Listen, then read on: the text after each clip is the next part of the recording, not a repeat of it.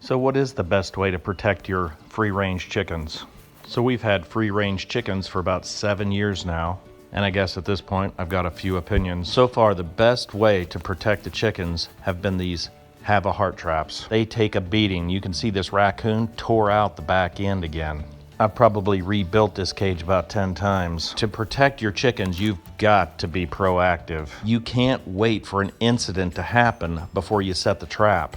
A raccoon like this can take out 2 or 3 birds in a night. Usually they get one, and then the next night they get another. That's why you want to keep this trap set before there's a problem. So why is it that I find the havahart traps the best? Chances are you're gonna catch your own chickens, and I've even caught our beloved mouser. Now at least she's smart enough not to go back in that trap. Now the chickens are not that smart. They'll keep getting caught time after time. If there's food in there, they'll go in there.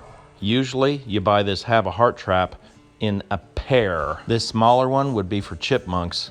I've barely used this one. So if you're wondering, what kind of bait do I use to catch a raccoon, a possum, a skunk? You can just about use anything.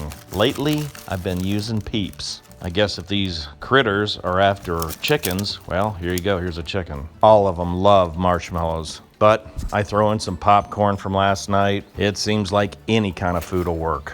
So how do you keep the chickens from getting in here? What works for me is I just set it right up onto the coop. I guess for the chickens, out of sight, out of mind.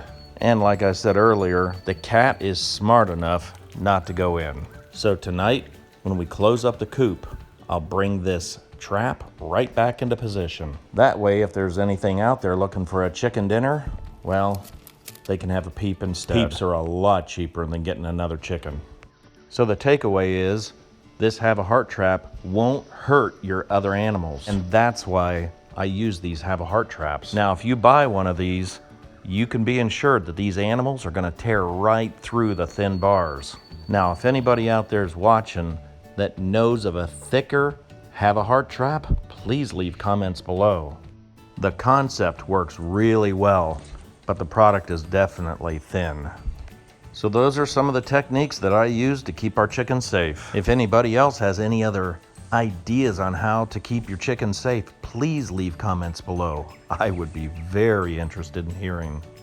Every day I learn something new. Well, I appreciate your time, and thanks for watching.